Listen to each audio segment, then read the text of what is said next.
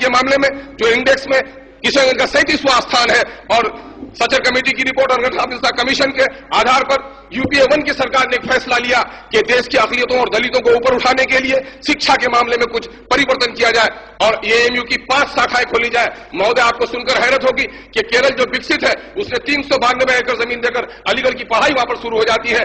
Waste Bengal 255 एकड़ जमीन देकर आज एएमयू की पढ़ाई वहां पर शुरू हो जाती है। लेकिन आज 3 सालों से यह सरकार पत्राचार और प्रेम पत्र लिखा करती है।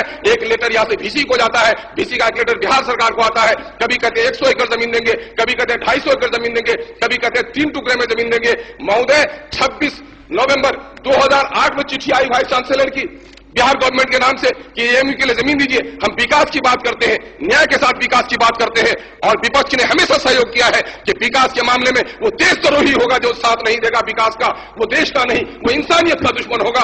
और राष्ट्रीय जनता दल जनहित के लिए और दलितों के हित के लिए हमेशा अग्रसर रहा है महोदय। और क्या कहा गया महोदय कि आज अलीगढ़ की जमीन नहीं दी जा रही है महोदय, और अलीगढ़ के जमीन के बारे में अगर 6 महीने के अंदर अलीगढ़ को जमीन नहीं दी गई तो अलीगढ़ कोर्ट ने फैसला ले लिया है कि वो यूनिवर्सिटी यहां से खिसक जाएगी महोदय।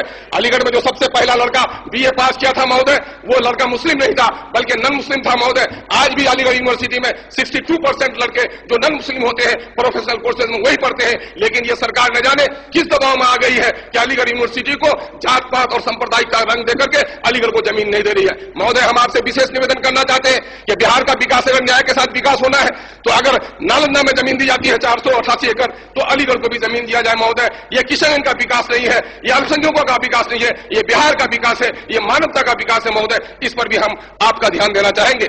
एक मुद्दा किशनगंज के बारे में और भी कहना चाहेंगे महोदय कि किशनगंज पूरे जिले में एक ही शहर है और उस शहर में गरीब लोग आज जो बिहार से बाहर रहकर कमा रहे हैं अपने बच्चों को पढ़ाना चाहते हैं। गांव में स्कूल नहीं है, सड़कें नहीं है, हॉस्पिटल नहीं है, वो शहर के किनारे आकर कैलामनी में जमीन खरीदा, किसी ने 1 कट्ठा किसी ने 2 कट्ठा अपने बच्चों को पढ़ाने की ललक है महोदय। लेकिन आज वो जमीन पुलिस लाइन के लिए एक्वायर की जाती है। कहीं भी शहर में 1 किलोमीटर या शहर के अंदर पुलिस लाइन नहीं बनाती। पुलिस का नौजवान हमारा प्रबल नौजवान है, उसको भी सुविधा देना हमारी जिम्मेदारी है, उसको शहर से बाहर कराया जाए और उस जमीन पर कम से कम चाहे वहां पर किशनगंज में SSB का मामला हो या पुलिस लाइन का मामला हो महोदय, 2 मिनट कहना चाहूंगा महोदय कि वो शहर के अंदर नहीं करके बाहर करा जाए, उसके लिए हम लोग भी सहयोग करने के लिए तैयार है महोदय।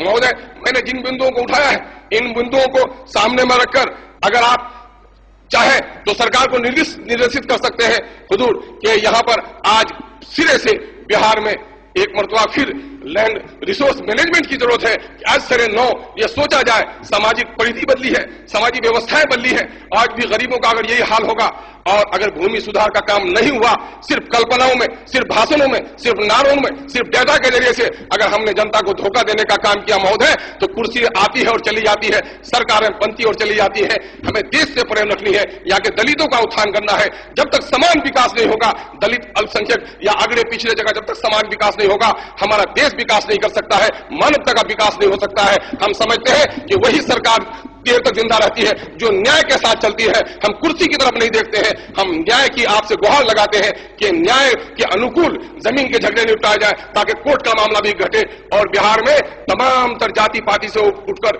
बिहार के जन जन और कन कन का विकास हो सके। आपने मुझे समय दिया महोदय, इसके लिए मैं बड़ा आभारी हूं। बहुत बहुत धन्यवाद।